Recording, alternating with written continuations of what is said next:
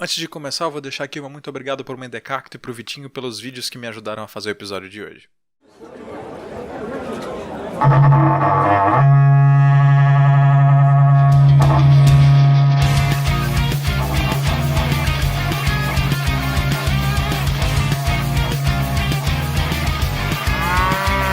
E aí pessoal, Code Hack aqui. Esse vídeo não é necessariamente especial, mas ele faz parte de uma série que eu denominei de Anatomia, na qual, assim como a ciência de estudo do corpo, eu examino, disseco e explico alguns dos problemas responsáveis pela ruína do Ocidente. Para que então, ao entender como chegamos aqui, possamos diminuir o prejuízo e tentar derrubar os filhos da puta que ameaçam as alicerces da nossa sociedade. Que assim como League of Legends, K-pop, movimentos sociais, hipsters formados em publicidade e generais que chupam as b****s do Jorge Soros, sejam devidamente neutralizados, para que possamos então nos preocupar com coisas que realmente importam, como educação de verdade e a busca pelo transcendente. Então, se você puder deixar o seu like e comentar aqui embaixo e enviar esse vídeo para aquele seu amigo que acha que relacionamento aberto pode salvar alguma coisa no casamento falido dele, eu vou ficar muito grato.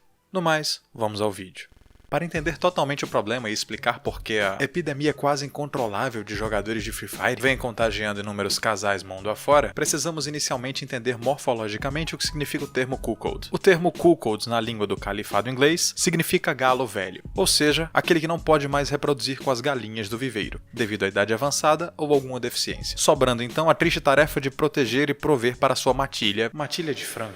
Eu realmente não sei o coletivo de galinha. Enquanto o outro galináceo de menor idade, provavelmente mais vigor físico, cumpre o seu papel copulando com todas as galinhas. Para os humanos, o termo cuckold então é utilizado para o indivíduo que sente prazer em ver a sua esposa ou namorada fornecendo coito para outros caras. Sim, caras. No plural. Essa cornitude eminente, que provavelmente veio da França, é uma variação do voyeurismo, na qual a lascívia só é atendida com a visualização ou sentimento de traição para com o seu parceiro. Mas como algo que é feito por casais, muito provavelmente em quatro paredes, pode prejudicar a sociedade como um todo. Através da emasculação e retirada da proatividade masculina com esse tipo de fetiche, os homens da sociedade gradativamente param de ter ideais para que lutar, fazendo com que, com o passar do tempo, a sociedade torne-se frágil, de modo a estar mais propícia a ser dominada ou mesmo assimilada lentamente por outras sociedades. Esse processo pode ser explicado em 3 passos relativamente simples, sendo o segundo e o terceiro um tanto quanto extensos. Muito embora muitas pessoas aceitem essa rachadura no padrão estabelecido de relacionamentos, utilizando-se do falacioso argumento do amor livre, boa parte das pessoas hoje em dia reconhecem esse comportamento como algo de fato anormal. Inclusive, para aqueles que estudam a escola de Frankfurt de gramscianismo, não é nada difícil de perceber que esse fogo no rabo todo se trata de mais um ardil revolucionário, cujo objetivo, como eu falei há pouco tempo atrás, é destruir um dos mais saudáveis alicerces da sociedade vivos até hoje. A família, enfraquecendo o motor civilizacional com óleo de soja de péssima qualidade. E vocês sabem o que acontece quando o motor do seu carro para de funcionar num bairro estranho na Europa? Isso mesmo, a galera da Bibisfirra vem para desmanchar o que sobrou do seu amado veículo. Mas não se preocupem, todo esse empenho em pregar mais e mais revolução sexual tem o objetivo de tornar do mundo um lugar melhor. Muito embora nenhum ser vivo que exista vai conseguir me convencer que fazer a minha mulher transar com outros caras vai tornar de fato o mundo um lugar melhor.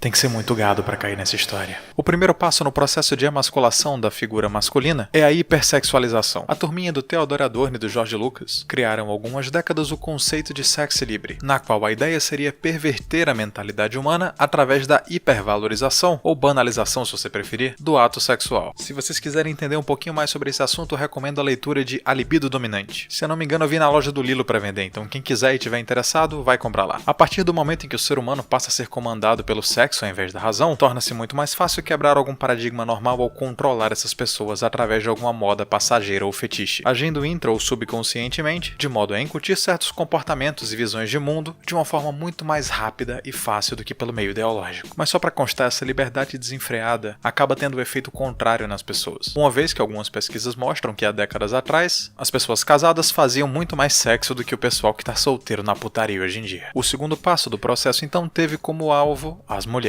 Uma vez que as ideias de banalização e hipersexualização tomaram conta da população, seria então a vez de criar o mito de que existe uma hiperlibido na mulher que não está de fato presente no homem. O que é biologicamente impossível, visto que a testosterona, que é o hormônio responsável pela libido em ambos os sexos, apresenta na mulher em seu maior pico 30 vezes menos testosterona do que o homem em seu dia de menor produção, de forma a criar uma ilusão de que de fato as mulheres são insaciáveis e o homem não conseguiria, de uma forma humana, apagar todo esse fogo no rabo das das insaciáveis piriguetes modernosas. Dessa forma, a mídia progressista construiu um mito de que o homem, por mais dedicado e apaixonado que seja, não conseguirá controlar a lascívia de sua esposa, sendo então obrigado a dividi-la com outros homens para que essa se satisfaça, em nome da felicidade do casal. E mais uma vez a gente retoma o primeiro passo para explicar que com a importância que o sexo tomou de uns tempos pra cá, as pessoas esqueceram a diferença de uma satisfação que vem de um sentimento verdadeiro de entrega e um dever genuíno de companheirismo e proteção, passando a trocar a genuinidade de um sentimento por efêmeros atos sexuais mal feitos ensinados em uma palestra do Diego Muda Vidas. O terceiro e último passo aproveita-se do terreno e da destruição feita pelos dois últimos. Uma vez agora que se enganaram as pessoas dizendo que um homem não é capaz de satisfazer a sua parceira e que ela deverá procurar outras pessoas para que então o relacionamento seja pleno, é instaurado no homem um modo psicológico de pânico, na qual o medo da infidelidade se junta com um espírito de impotência, resultando em um estado psicológico de submissão extrema. Para tal, ele finalmente adota a postura do galo velho, buscando então prover a sua esposa e os seus amantes, enquanto se flagela emocionalmente, confundindo prazer sexual com a humilhação de ter a sua esposa com outra pessoa na sua frente. E as consequências para esse tipo de mentalidade que é adquirida através de tortura mental dos homens é absolutamente devastadora para toda a sociedade. Uma vez que após a banalização da fidelidade, gera-se um espírito de desconfiança que toma de conta dos homens que não aderiram a esse fetiche, pois a única coisa que mantém a sociedade ocidental de pé é a promessa de que cada homem será de fato o pai da sua prole. E uma vez que não só você pode ser o pai de um rebento que não é seu, assim como de fato ter plena certeza de que ele não é seu, já que você estava lá olhando a concepção do mesmo, estes então deixam de realizar o seu papel como motor motriz da sociedade, aos poucos se afeminando e aderindo a ideologias progressistas que irão corrompê-los e enfraquecê-los, assim como toda a sociedade. E como consequência, temos a criação de uma fobia pela disciplina, juntamente com uma imagem de quase pânico ao se deparar com valores tradicionais, tornando essas pessoas praticamente escravos do mundo materialista. Uma vez que não há certeza de sua prole, não desejam mais continuar pela sociedade em si. E quando existe o abandono da sociedade por parte dos homens, a sociedade perde a sua principal linha de defesa: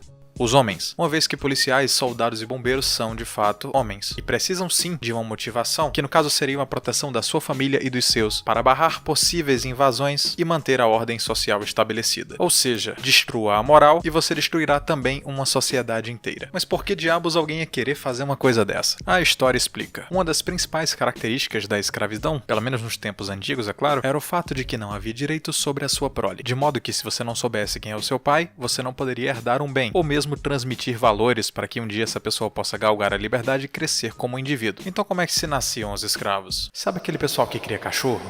Pois é. Os escravos eram colocados em ambientes e lá, sem que ninguém soubesse quem é quem, eram realizados durante alguns dias uma gigantesca em que ninguém era de ninguém. O resultado disso seria, alguns meses depois, dezenas e dezenas de crianças cujo qual ninguém saberia quem são os pais. E acreditem, quando não existe uma estrutura familiar bem fundamentada ou valores para serem herdados, é muito mais fácil controlar essa pessoa, fazendo com que a mesma se torne dócil e aceite a condição subhumana a qual foi exposta. Dada essa informação, tornam-se muito mais claras as más intenções do Jorge Soros e da sua patota, uma vez que a família deles é perfeitamente bem estruturada e que dificilmente você vai ver um filho dos Rothschilds envolvido numa com sadomasoquismo, já que eles realmente entendem o valor e a importância da formação de uma família com a estrutura devida, e a importância da saúde mental e normalidade nas relações. Mas claro, para os outros uma vida de escravo já está de bom tamanho, não é mesmo? Só que em vez de chicotada a gente apanha com imposto. Até aqui a gente conseguiu entender como é que tudo funciona de uma maneira mais lógica, mas falta um ponto-chave. Como que o cidadão que já acha isso estranho vai comprar essa ideia? Muito simples, só precisa de propaganda. O Partido Comunista ou mesmo revolucionários têm um histórico de utilizar artistas com a sua ideia de liberdade e vida boêmia como vetores de sua propaganda, para que consigam espalhar as suas ideias de maneira mais fácil. Para tal, as ideias de sexo livre, inclusive esse pessoal que tenta desmistificar a ideia de ser cuck, tem de forma direta ou indiretamente colaboradores para a sua ideologia, fazendo com que artistas, cantores, humoristas ou mesmo youtubers, e esse último realmente tem bastante, propaguem as suas ideias sendo pagos para fazer isso ou não, sendo esse segundo caso uma imposição direta do politicamente correto, uma vez que você é praticamente obrigado a ser um liberalzinho babaca se você não quiser perder o patrocínio de algum banco que tem o seu departamento de marketing comandado por, veja bem, aquele tipo de hipster filha da puta que eu falei no vídeo do Burger King. Então quando eu falo que o jovem é o mal do mundo, eu tenho uma p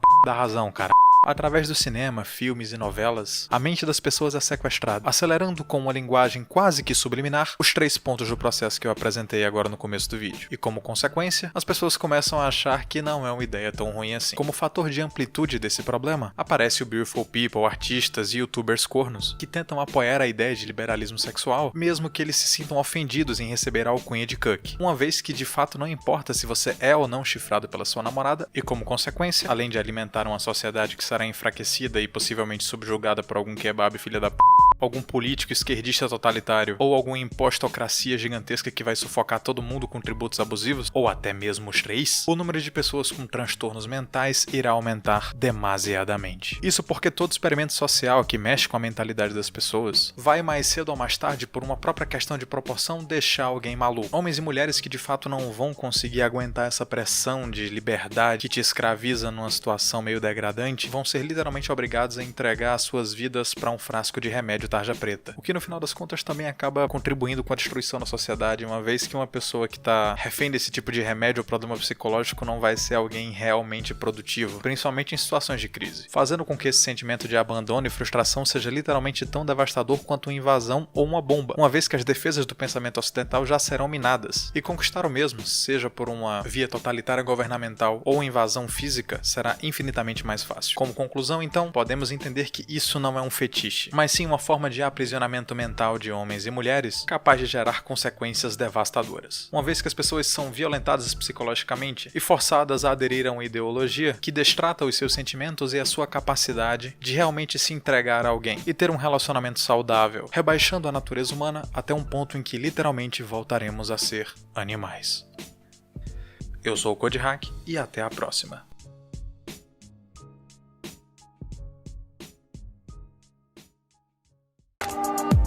Ora, puta que pariu, o que esse cara tem na cabeça, meu Deus do céu?